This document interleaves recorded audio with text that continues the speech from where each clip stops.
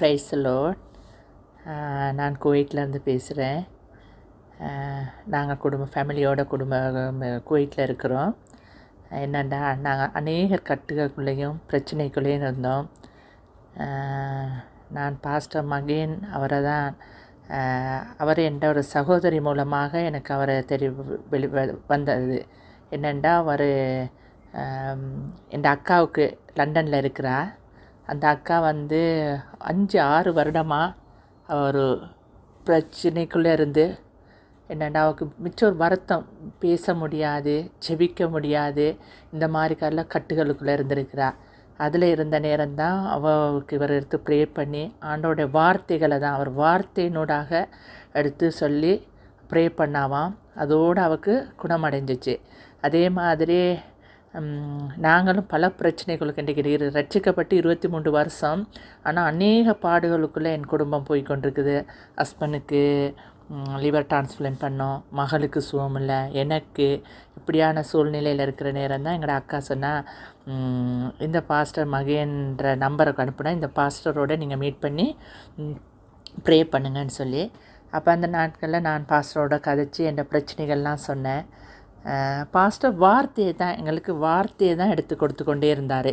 திருப்பி வார்த்தையில் தான் வல்லமை உண்டுன்னு சொல்லி அந்த வார்த்தையை அறிக்கை பண்ண சொல்லிக்கொண்டே இருப்பார். அப்போ ஒரு வார்த்தையை நான் சொல்கிறேனே, நாம் வேண்டிக் கொள்கிறதுக்கும் நினைக்கிறதுக்கும் மிக அதிகமாய் நமக்குள்ளே கிரியை செய்கிற வல்லமையின்படி நமக்கு செய்ய வல்லவராகிய அவருக்குன்ட்டு. அப்போ அவர் நம்ம வேண்டிக் கொள்கிறதுக்கும் நினைக்கிறதுக்கும் அதிகமாய் நமக்குள்ளே கிரியை செய்கிறாராம். அப்போ நமக்குள்ளே இருந்து அவர் கிரியை செய்கிறார்.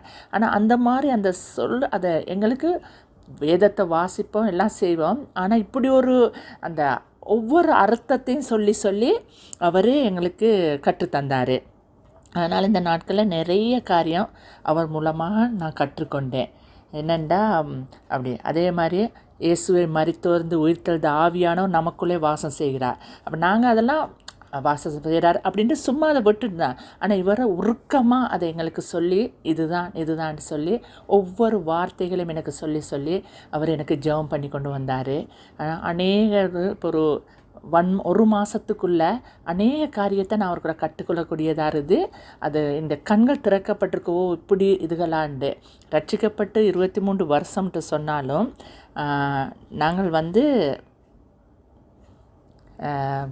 வார்த்தையை அவ்வளோ எங்களுக்கு ஊட்டப்படலை. ஆனால் இப்போ அந்த வார்த்தைகள் ஒவ்வொன்று அர்த்தத்தையும் எனக்கு காணக்கூடியதாக கேட்கக்கூடியதாக இருக்குது. அதே மாதிரி யோவான் 1:12 சொல்லுது, அவரோட நாமத்திலுமே விசுவாசமெல்லாம் அவரை ஏற்றுக்கொண்டவர் அத்தனை பேரும் தம்முடைய பிள்ளையாகும்படி அவர் அதிகாரத்தை கொடுத்துக்கிறாண்டு. அப்போ நாங்கள் அவரோட பிள்ளையாக தான் இருக்கிறோம். நாங்கள் அதிகாரத்தோடு நாங்கள் ஜெபிக்கணும், பிசாசுகளை நாங்கள் விரட்டணும். அப்போ இதெல்லாம் நாங்கள் வாயால் சொன்னாலும் அந்த உரிமையாக நாங்கள் இதுவரை செய்து கொண்டு வரலை. ஆனால் இந்த பாஸ்டர் மூலமாக நான் அநேகத்தை கற்றுக்கொண்டேன். அநேகத்தை எனக்கு சொல்லி தந்தார் இந்த pastor.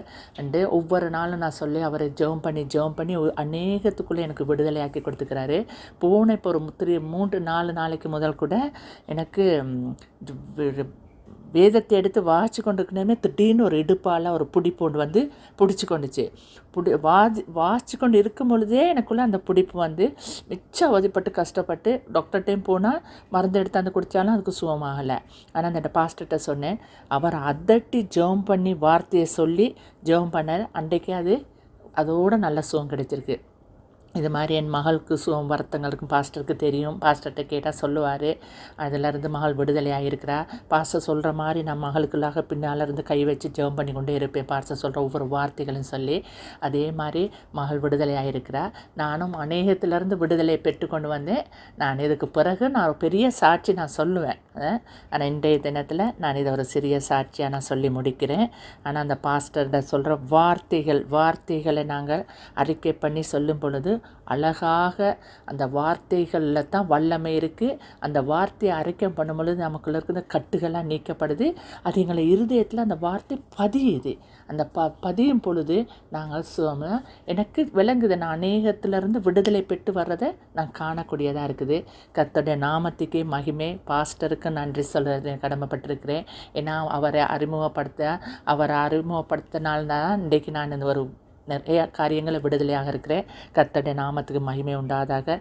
பாஸ்டருக்கும் thank you pastor. God bless you.